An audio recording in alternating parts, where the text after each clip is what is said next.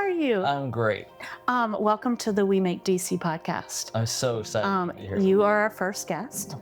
All right. We Make DC podcast is real conversations with real humans that make up the fabric of our city. Our first guest is Nizam Ali.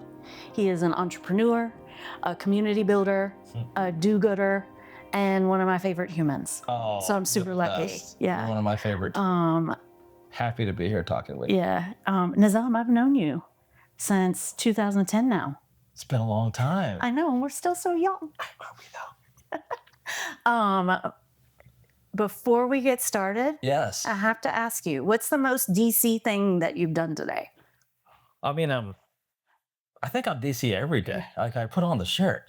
I'm there. I'm here. You're 202. I'm 202. And then we're DC. We're all workaholics. Yeah. I never knew that I was going to own a business, that I was going to put 3 stars and 2 bars on so many things. It's the coolest thing ever. Somebody said to me that we turned community pride into commerce. Oh, I love that. I know, me too. That's great. Yeah. I got a quick story. My son was, he's older now, but he was in Little League, right? And he was in, DC Northwest Little League.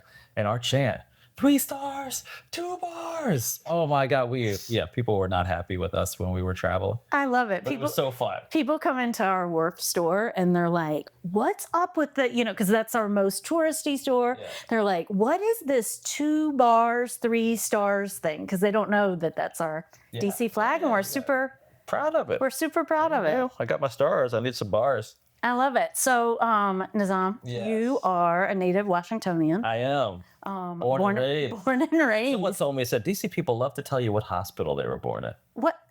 I don't know why, but I think we do. If you what hospital? I want to know. Center. Okay. Me and my son and my wife was Columbia Hospital for Women. Okay. Yeah. Yeah. That Washington Hospital Center, that's a hard ER to go to. Oh, well, they'll patch you up. They'll duct tape you well and get you out of there. You'll keep rolling. Well, I'm glad you came from. Now I'm going to think better. I'm going to think better about that. So tell me, so you have obviously lived in DC for a couple of decades, because we're so young. Yeah, a few decades. I'm just curious, what are some of your first memories of being in DC? Oh gosh. Like, what did DC feel like when Nizam was a little boy? Wow. DC was fun because DC was kind of rough. It was really colorful and funky. It had corners and street people. And, it had more flavor, I think, than it has now. And it was always something that I guess over my lifetime, we've had like crazy crime, crime. Like crime is bad now, but we had, 500 it was murders worse. in a year, which is bad. But, depending where you were or depending how you carried yourself or where you went, it was your city. It's all you knew. And you felt relatively safe. You just roll up and down the street and say what's up to everybody. So you guys know that Nizam is an owner of Ben's Chili Bowl, which is on U Street. But where did you actually grow up? Where was your house? So we grew up in Northwest D.C., pretty far north. So it was a really nice part of town. Yeah. But after school, we would go to the bowl all the time, every day. And they were like, you don't want to say you miss this, but like there were the winos on the corner at 12th and U. Yeah. They were. If you miss them, we had those in Adams Morgan. But I grew up when Mom would pull the car up on the street to park in front of 50 guys that were on the corner, and she'd say, "All right, y'all, watch my car for me," and they'd say, "Okay, yes, Miss Ben." But it's how you treated people, and it's talking to people and not be scared of people that made it okay. And I think that's the way we were brought up. Don't be scared of anybody. We're all just people. Doesn't matter how famous or rich or celebrity or how, on the street, off the corner we are. We're all just people. I love that. Yeah. I love that. Your mom's such a, she's a legend. Thank you. She's a legend. Her thing is treat people as if how you want to be treated. And if you treat people the way you want to be treated, you'll never have a problem. And that's what she brought us up. She also told me to eat more salad. And though she wants me to eat those, she wants me to eat a half smoke, but don't eat them every day. That is true, but I remember her chili, beef dog with chili mustard onions. That's exactly how I like them. She would do that quite often, but then she got to like having half. Yeah. Yeah, Yeah. but Yeah. she's Yeah. doing great. Yeah. Oh, Thanks for she's asking. yeah. She's gonna outlive us Oh all. my God. She got her doctorate, honorary doctorate I saw 2 weeks that. I ago saw for that. GW, which That's was so great. incredible. Like it was So great. so, And so wasn't moving. our friend Michael Aiken the graduation speaker? Not Did at you that see? one, not at Oh, that. okay. He was at a Okay. different Okay. school. I think at the business Okay. school, Okay. but it was Okay. on the National Yeah. Mall. It was incredible. This is Oh, that's what an such a cool amazing thing. moment for Yeah, her it and was, for and all for of you all of guys us, to like see it it. was Yeah. really, really special. Yeah. So, you grew up in Upper Northwest. Yes. You were on U Street all the time. When I moved here, I mean, I've always had like a strong connection to U Street. I love the history. I love the Black Broadway, and I've always felt like that. I mean, we had all of our meetings Yeah, there for yeah, Think we did. Local. Yep, Like it yep. feels like to me the central. It's the heart of our city. I'm just curious, has it changed? Does it like obviously it has. I mean, there was the riots burned down The all riots that, burned it down. you know, and we build it up, and We built it up. it's definitely different than Changed, it. yeah. We've had eras. Yeah. But it's always been a place of entertainment. It's Yep. always been a place of, whether it's the Lincoln Theater or the Howard Theater, like at least they're still there. We have them. Yeah. It's a different kind of theater, but Yeah. we have those there.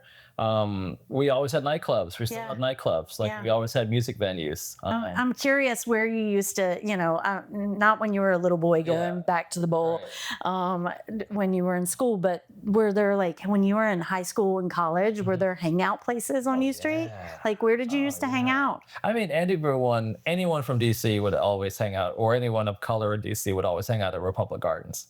Like Republic Gardens was Yeah. the spot, and it was for decades and so great. And then right next door was a place called State of the Union. I don't know if Okay. anyone remembers that, No. but it was pretty cool. It was kind of like State of the Union, kind of Russian themed, but it was always like a DJ in one room and a band in another room, and it was kind of a hole in the wall, but it Yeah. was really cool. Had good people running it and working there, and that's where I first met my wife. Oh, Yeah, Jodica. Jodica. Yeah. And what was that meet cute like? Oh man, we're not gonna go over that story. That's not on my Yeah, notes, but well, now but right, I want to know. We just made a left, but that was when my brother and his wife had a couple that we're friends with, and then they said, "Hell, we have someone for Zal that we think would be great for him." And I was like, "Oh, we're doing this party at State of the Union, then she can come there. We'll meet there." So we met, and So it was a setup. it was kind of a setup, but it was casual. Yeah, It's public place, yeah, casual. yeah. And a lot of my friends were there since we were throwing this party. And I think State of the Union was set to close. So it was kind of one of their remaining days. So we met and it was good. And then when I had to leave, because it was our party, so we were kind of co-DJing. So I Yeah. would go to DJ and I'd say, sorry, I got to go to work, which has been a common theme, unfortunately, in our marriage. I got to go to work. But She's like, how she many was like, times? I turned her on day one. Hey. But then she would leave, and like instead of listening to my set, she'd go in the reggae room where the reggae band was. So I learned a lot about her that day too. But it was all meant to be, and it's been great. It's been 21 years. 21 years. That's amazing. Yeah. Yeah. Congratulations. Thank you. I feel older now. Yeah. Yeah. That's debunking my 2 decades. There you go. Yeah. But the industry was great, and the industry had all these places. Trying to remember the names of them, but there was so much spoken word. There were so many like local bands. Like people had places to perform that I don't know how much we still have these days because all those places have closed up. Yeah. And even on U Street now, like we know how many restaurants, like 92 restaurants closed last year in the city. And more are coming, but they're more of the larger or restaurant group or chef inspired and all that stuff. So, we lose a lot, but even now looking out the front window, you'd see places across the street come and you see them go. Yeah. Places down the street come and go, and we're blessed to still be there, but it is a challenge. Yeah. Like make no mistake, it's not, it's people think, oh man, you're Ben's. Oh, you'll be there forever. It's like, Well, don't. It's a restaurant in come, DC. come eat there more often if you want us there forever. Yeah. And that's one of the things I say, like when I talk sometime is everyone's like, when you ask people, you say, hey, when's the last time you went to Ben's? 7, 8 years ago, Yeah. 10 years ago, 15 years ago. Well, where you been? Oh yeah, we moved to Maryland. Yeah. It's like all the way out to Maryland. But the point being is like, don't be sad if Ben's ever closes. if the last time you came was Yeah, 10, that's 15 years ago, yeah, because nobody can stay in business if you come once every 10 years. yeah. So It's of all the places, interesting. yeah, of Yeah. all the places that you love, you've got to actually patronize and you've Yep. got to actually spend money, or do not be sad if they close. Yeah. That's, I mean, we met through supporting small and local business. Both of us are business owners. Mhm. I support lots of little businesses, and that's the like at the end of the day, like it is tough times to be in business. And so, we might have a shiny podcast room now, Yeah. but that doesn't mean anything. Yeah. Like it's just hard. And I do think the consumer gets supporting local a little more than they used to. I feel like I don't have to preach it as much. Yeah, we were preaching But it back we were, in the day. God, we were Oh my yeah, gosh. we were like, please shift Yeah, your dollars. yeah, yeah. But at the end of the day, people still have limited amounts of money. COVID changed so much Yes. about consumer behavior, especially around food. Mhm. Did you guys see it? I'm assuming you saw a shift. I mean, we saw big changes, Big changes, yeah. in our city, and it's not just DC; it's everywhere. Yeah. We're gonna do some food conversations later in this project and talk about how the landscape Yeah.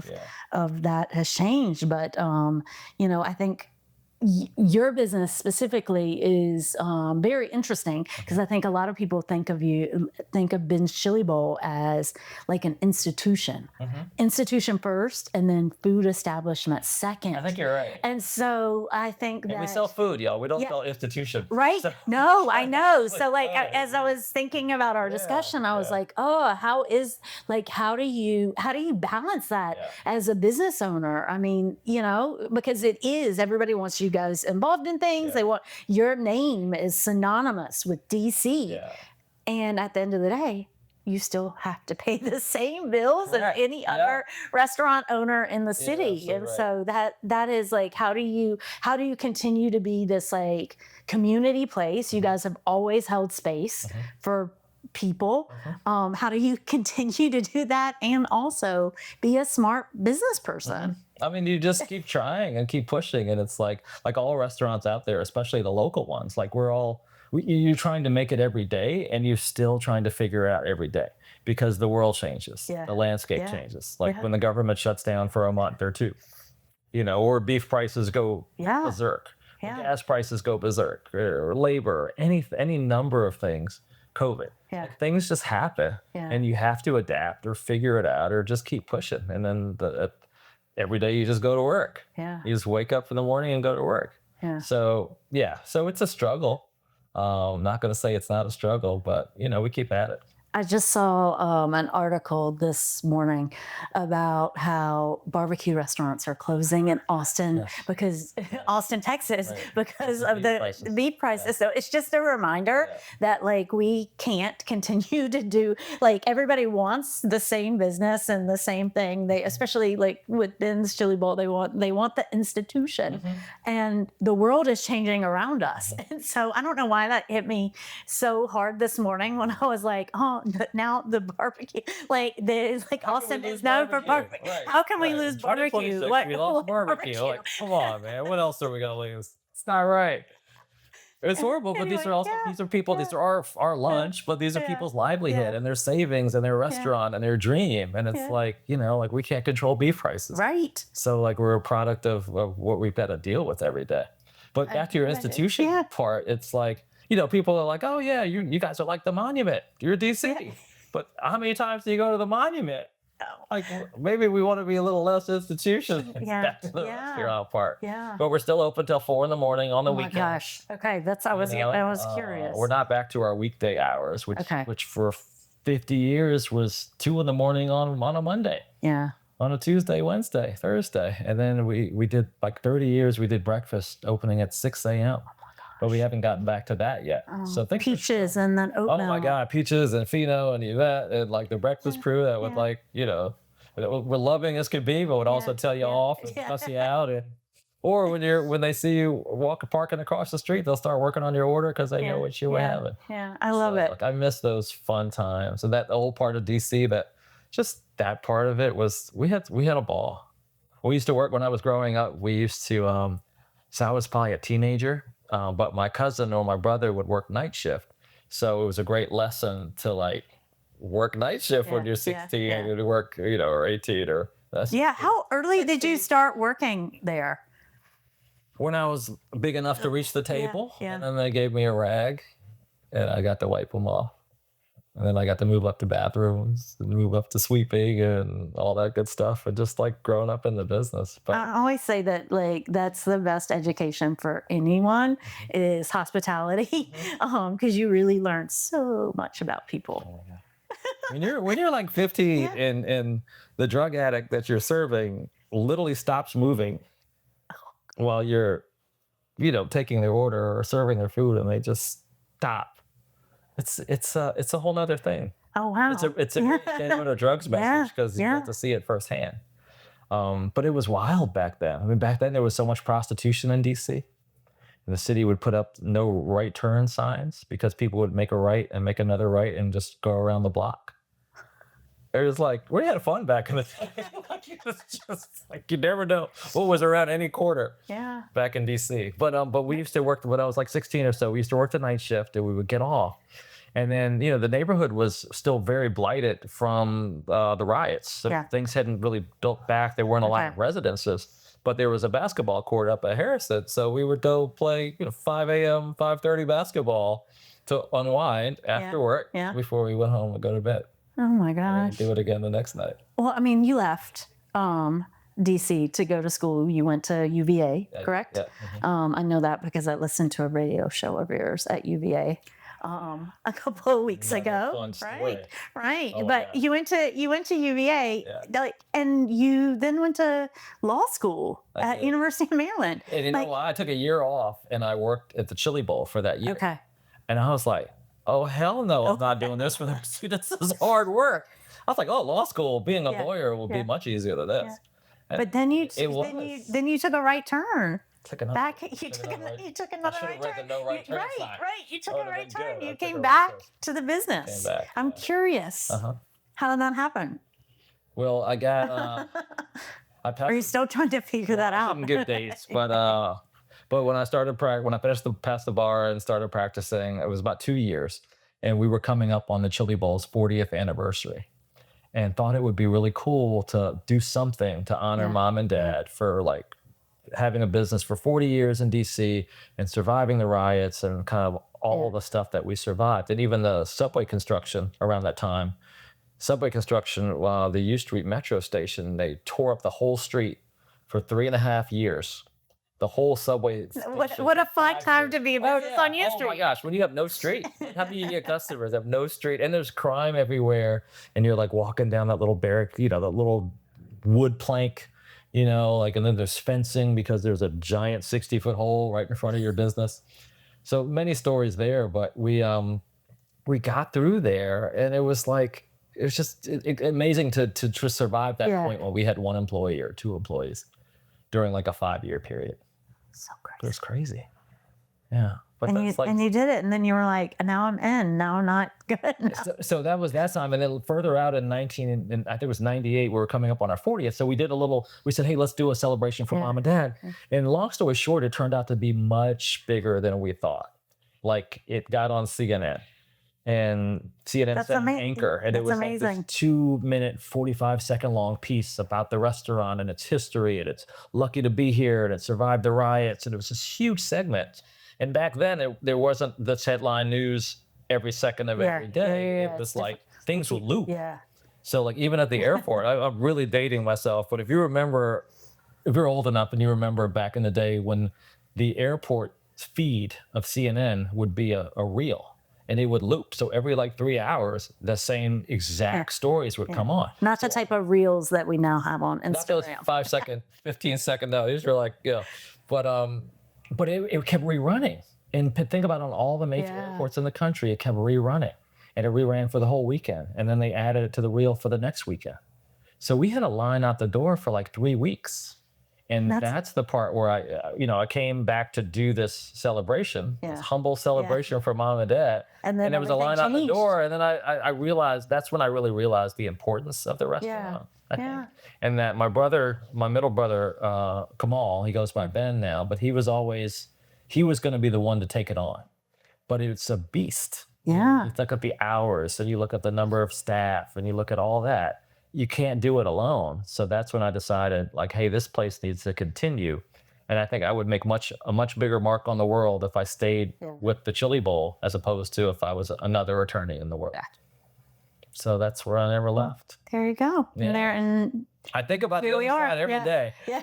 Every bad day, I'm like, ooh, I could have been an attorney. Yeah. I had a suit on, and I could have been home by now. I know, but I can't imagine you as that. I can't imagine. Yeah. No, I've got to be with the people and have fun with the people. Absolutely. So when I think of DC, I think of Ben's, I think of U Street, all those things were like very much home to, that was, when I first moved to DC in 2009, I was rooted in that community of small and local business that was around that area. I also think of music. Music, like to me, DC's like, even, I know times have changed and I didn't live here during the time that you lived here, but like the music that was created in DC, and when I moved here, my favorite bar was called Marvin, and music's super important to you. Really important to me. Like DC had one of the greatest music scenes. I mean, a little biased, but of all places, DC had such an incredible music scene, and it was really diverse. So we, of course, grew up on go-go music. Yeah. And people think go-go music is an urban thing or a black thing. Go-go music, if you grew up and you were my age and you grew up in DC, you loved go-go. Yeah. And you had go-go's. Like go-go's, you would go to a go-go and go-go's would come to your school. So go-go bands would come to Sidwell. Really? Oh yeah, they would do proms. I love that. It was ingrained in the now there's like bad the DJing. Oh, I probably shouldn't say that. Bad DJing at school proms. Anyway. They were like, it was such a big thing, and it was like, so it was universal. So I have white friends that had like their 40th birthday party had a go-go band at their house in Bethesda because grew up on go-go. Yeah. So it's not a black thing or an urban thing. It is a DC thing. It's a DC thing. It was the pulse of our city. You would hear it coming out of cars just rolling down the street all the time. And that was our music. So like it finally got recognition as the official music of DC, whereas we all knew about that a long time ago. Yeah. Now we have a museum, a go-go museum. We have a go-go museum, and it's like we're at such a pivotal point where we lost a lot of the go-go legends, but we still have Trouble Funk and Big Tony. We still have Sugar Bear from EU. Like we don't have Chuck Brown, but we have we still have Backyard, and we still have Northeast Groovers, and these bands they're 40 plus years old. Junkyard. Yeah. Like they're 40 plus years old, and they're our legends. Like they are our local legends. They are our heroes. And I just wish they would always get the respect of that. Like they should be like sitting up high, and and if anyone out there has not been to a go-go, you gotta go to a go-go. You have to. We're trying to book some go-go music for this location. Okay. Yeah. So right. we have a go-go band every time we open a store. It's just a part of the culture. But you go ahead. No, go ahead. No, I was going to say the other beautiful thing I have to bring up is that we grew up with WHUR, with Howard University's radio. And WHUR, in addition to being a great station, they had a gentleman named Melvin Lindsay. Melvin Lindsay started the concept and the program called The Quiet Storm. And The Quiet Storm was just beautiful slow jams every night from 7 o'clock to midnight.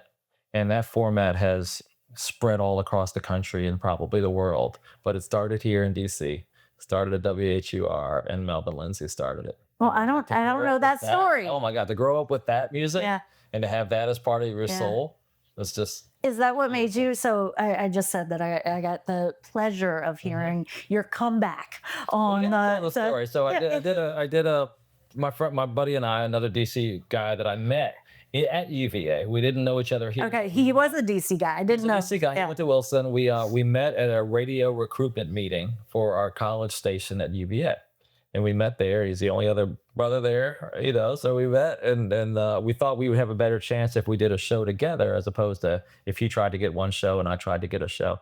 We've been best friends ever since. We did a radio show at UVA for 4 years together.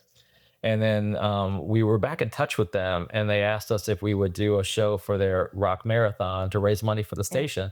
So 35 years later, about 2 months ago, we did a reunion show. We drove down to Charlottesville and did another show. I love it. No, it was great. So much fun. No, you could tell. You could tell. It felt like we were 18 again. And I didn't know that you had that you were Iceman. The show is called Beauty Funkin' Hour, and I was the Iceman, and he was the preacher. I love it. It just takes you back to undergrad and all the good fun times you had there. I mean, did you, so you had a radio show in college, but did you, and you said that you were DJing when you met Jodica, but like, when did all that start? I think because music was such a part of my life, and not talent. Like, I had no talent. I didn't play anything, but like just the music or the DJing in that industry. So, so I interned at WKYS and WHUR, and when I was a senior in high school, WKYS when I was in college, Black Entertainment Television when I was in college, Black Entertainment Television's legal department. So I have this past, but then the Chili Bowl pulled me in, or I chose to get pulled in, and I've been there. But I always have this thing in the back of my head.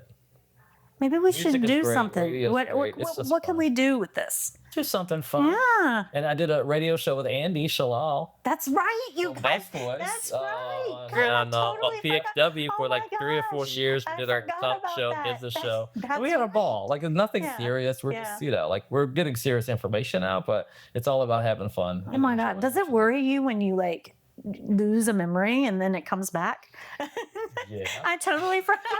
I forgot you guys had a radio show. We did. Yeah. It was so fun. Like, it was more fun being together and doing it together than than planning the show, but we had a ball. Yeah. And you guys had different guests on. You talked to different businesses. And all this stuff makes the day job okay. Right. Like having something outside or something that you love or something fun. I mean, because you are still in the restaurant.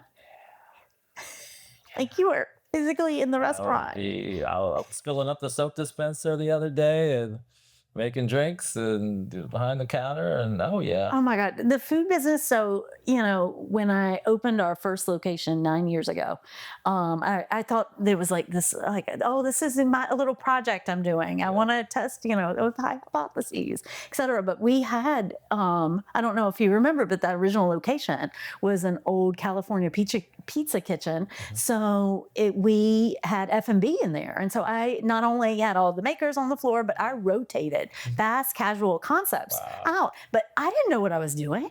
I had never worked in a food business before. I knew nothing. I didn't know. My manager was like, "How do we change the keg?" I'm like, "Let's Google it. We can." Well, you had Google. We didn't have Google. Yeah, but I got a crash course. I got a crash course of how many things go wrong every single day, even when you're doing it right. It is the ultimate problem solving business. Yeah, you're right. It's fire drills every day. Every day. Like, we would flood the electrical currents, the kegs would back up, the espresso machine would explode. So anyway, I don't think people think about that when they come and eat at a restaurant. How much work goes into those things. Behind the scenes going on. Yeah. But that's life. We love. I mean, it's fun. It's really fun. And also, it is. No, not one day is the same as another day. No. Every day is different. That's when people apply to work for us. If they have worked at a restaurant or any kind of hospitality, I'm like, I don't care if they have retail experience. They know how to problem solve like nobody else. I think that's my superpower. Yeah. It's when I heard the term for the first time in my life, radical common sense. I'm like, that's me. Yeah. That's me. Yep. Just because you have to have it. And you got to think of all sides really quickly and make a decision and move forward. Keep it rolling. But it's like you just see all sides really quickly and just keep going. So I have one story from that 2-year time period. And after that, I said, I will never do it again. And now I have a cafe in Maryland. But that story is like me falling into, like, literally sliding on chicken soup into the freezer, and the keg falling on me in the middle of the night, and not being able to get up, and thinking, this is how did I get here? How did I get here? So I'm curious and my team tells that story all the time. I think maybe I can't say it on here, but we call it, there's a video of me screaming, motherfucking chicken soup. And so my team tells that story all the time. That is so funny. So I'm curious, do you have a MF and chicken soup story? Well, there's not a particular story, but there are moments when I say to myself, I think to myself, and I kind of say it out loud. I was like, this is the glory of owning your own business. When you're sitting there, like literally in the dumpster, like walking on it, trying to push it down, or you're trying to fix a compactor. You're like, what a glorious life. Yep. And you're like, I need a shower. Mm-hmm. So it's like the things that you do. It's kind of like good having a kid too. Yeah. Like when you have a kid, you can never be embarrassed anymore after you've had a child. There's so many things that happen that your child does. Maybe throw up at the wrong spot, or a fancy restaurant or something like that. You can't be embarrassed. It all humbles you, right? It humbles you. So the restaurant business does that too. Yeah. You know, like you've done all this stuff, and when you think, you're like, I think I can maybe ask someone else to do that. Then you end up doing it anyway. Yeah. And you get your hands dirty, and you get all filthy. Yeah.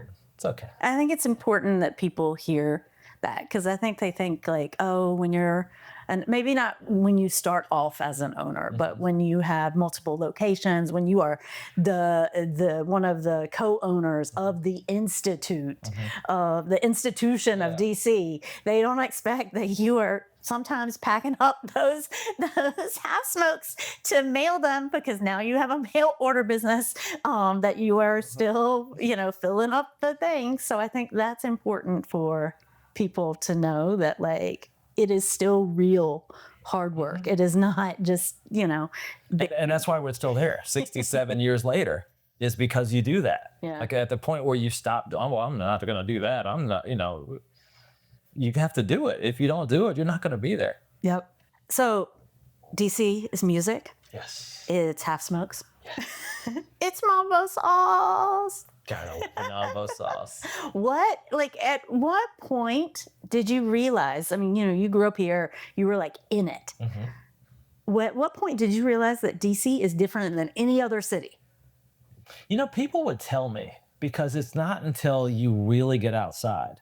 But people are saying, when people come to visit, and they're like, you don't understand what you have.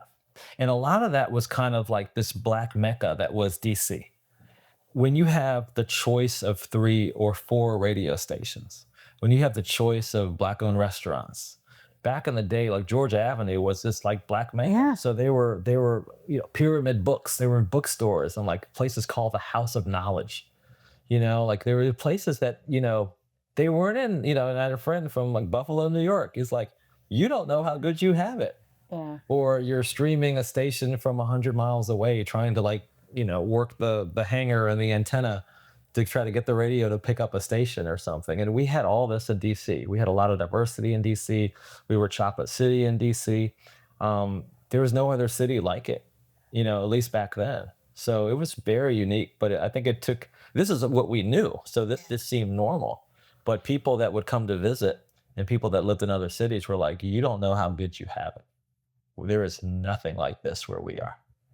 Yeah. I know that DC has changed a lot. I'm not a native. I think I've lived here almost 20 years now. That's really, you kind of made a mark. No, I am a honorary. You were honorary. Yeah. But I still think that DC is like, it's still different than any place that I've ever traveled to.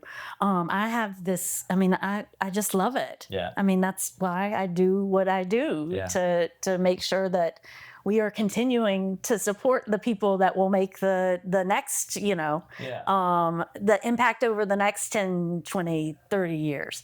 And I think it's very unique. I think it is a unique city in the world. I think now it's becoming this quote unquote world class city. Yeah. I think it's amazing for tourists and tourism. I wish it was better for the residents. Yeah. I wish it was better for the old residents and the long time residents. And I wish it was affordable.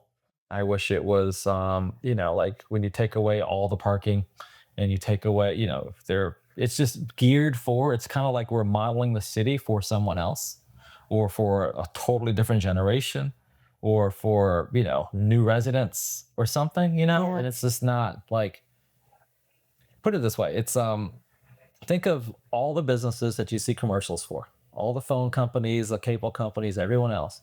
Everyone's got a fantastic deal to bring you over as a new Yeah. customer. No one has a great deal to keep you as a customer. So it's like, to keep you as a resident as opposed to, hey, let's attract new. Let's Yeah. attract new businesses. Let's not work to keep you as a business, even though you've been here forever. Yeah. So I think those are the things that kind of, Yeah. a little rough to handle sometimes. Yeah. Yeah. I promised we wouldn't talk politics. I So we know, I won't do kinda that. got deep I there don't for a minute. no, but it's true. I mean, sometimes I don't know how to fix those. I don't know how to fix those problems. So I just have to come back to what I know best. And that is supporting, making sure that we spread the word about all the businesses that we love so much and supporting the new people that are hitting the ground and doing those, but I don't know how we solve the challenges. know. I mean, I'm a DC resident. It's hard. It's expensive to live here. Yeah. Yeah. And we always say, come into a business and ask. Yeah. No one's come to me and said, hey, how is your business doing this year? Yeah. They have an idea of how we've been doing historically, or they have an idea that you're huge and famous, but every 6 months, every year is a whole different landscape of doing business. So walk into any local business and ask them hey, how is your business? How are you doing this year? What are your pain points? What are your struggles? And you'll learn a ton.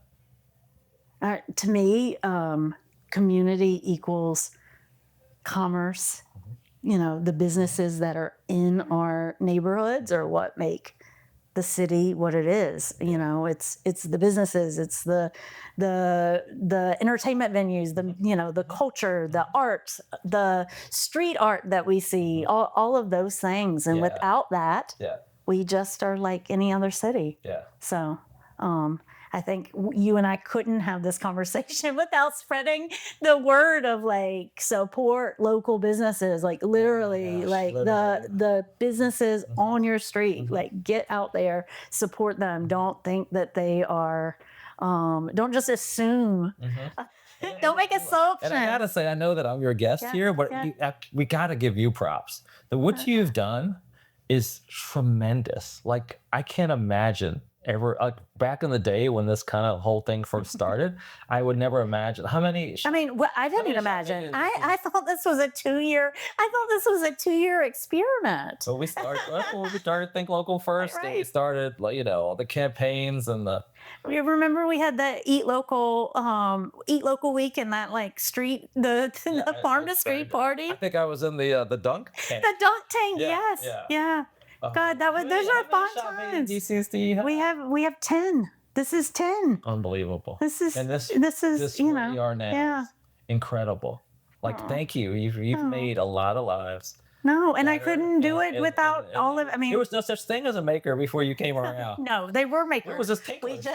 We just tinkle in the garage and do nothing. Oh, I made this. Okay, I don't know what to do with that. I remember we were at a Bali conference. Do you remember you came to it? And we were on a bus and we were with the CEO of Etsy. Yeah. And I said, "Oh, I started a Made in DC program." And I think it was Gina looked at me and I was like, "I'll tell you guys about it later," because I had made a Made in DC membership and not told anybody. Oh my God. Went through the middle of it. He was like, "That's a really good idea." Yeah. Oh, that was like the first connection to Etsy. And Yep. anyway, Yep. Anyway. a lot has happened, but here we are. We're still here talking. We're still laughing. We're still talking local business. Still, yes. Yeah. We're still best buddies. Okay, I got to do some gotta do? rapid fire. Come You on, ready? hit me. Ready? Go or hip hop? Oh, go. Come Duh, on. I love duh, hip hop. All duh. places hip hop. But we're in DC, baby. Come on. Two. Favorite DC slang word?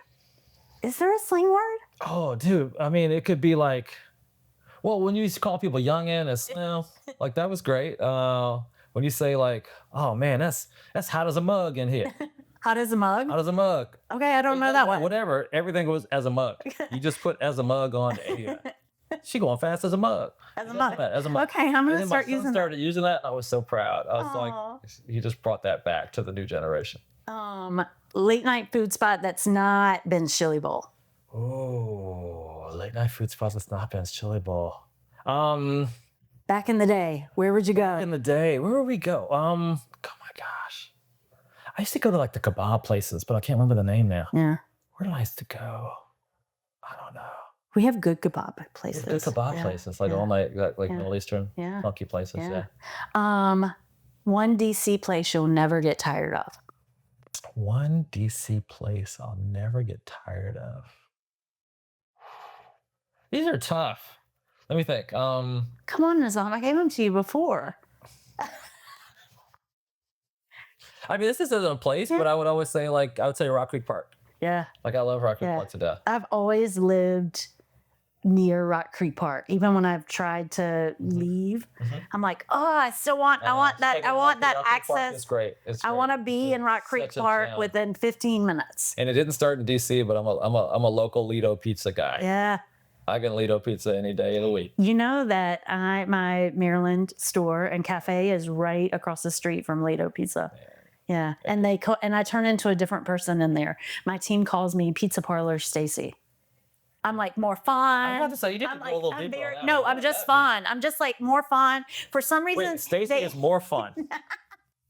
Could you imagine more fun? What is more fun, Stacey? For some reason, I think they think it's funny that I like eat pizza with my hand. I don't know what they cute little squares. Yeah. No, and I get like messy and Anyway, Pizza Parlor Stacey. We'll have to go eat Lido's. Yeah, Lido's pizza. Sappier Stacey. Okay. I can't imagine it. She's so fun. There's also corn dog Stacey. Anyway, that's another story. Right. A song that defines you. Okay. Or defines DC to you. Well, let me do the song that defines me. The song that defines me is a song by Digital Underground. Old hip hop song called Do What You Like. I know that song. Oh my God, that was my theme song in college. I love it. I'm trying to bring it back. I'm trying to it's back, but I need to act more like Do What You Like. Okay. Yeah. And what are you gonna do if you do what you like? What is that? I might be Happy Pizza Stacey or something. Or maybe you bring your DJ skills back and you do a DJ night. I'm not a DJ like any of the good DJs. Like I don't have those skills. I just know music. I know, but that's what my old music. I know, but that's what we know. No. Okay, I'm gonna work on that. Like 1990 box. That's about all I got. I have a like secret desire to be a DJ. Okay. Yeah, I make every playlist for our stores, and we can only play. You're a playlist. It's your store. Yes, you could do that. It's like one of my. It's like I give away a lot of control, but I'm gonna make the playlist. Good for you. Yeah, that's great. And you said DC, yeah. DC song. Oh my gosh. So there's Rock Creek Park by the Blackbirds. And there's Before I Let Go, Maze. And they're like just classic. Yeah. I don't know the Blackbird, but I do know Before I Let Go. Doing it in the park, doing it after dark. Oh yeah, Rock Creek Park. Go on. The good old days. I wish that I was here for those. Right. We'll bring it back. Yeah, let's do it. Let's do it. Okay, so I make DC, you make DC, we make DC. Who makes DC? We make DC. We make DC. We as business owners? No, we have citizens. We have residents. We have the people. The people make DC. Always. Thank you for continuing to make DC an amazing place. Oh, thank you, Stacey. This is great. Thanks for having me. Thanks.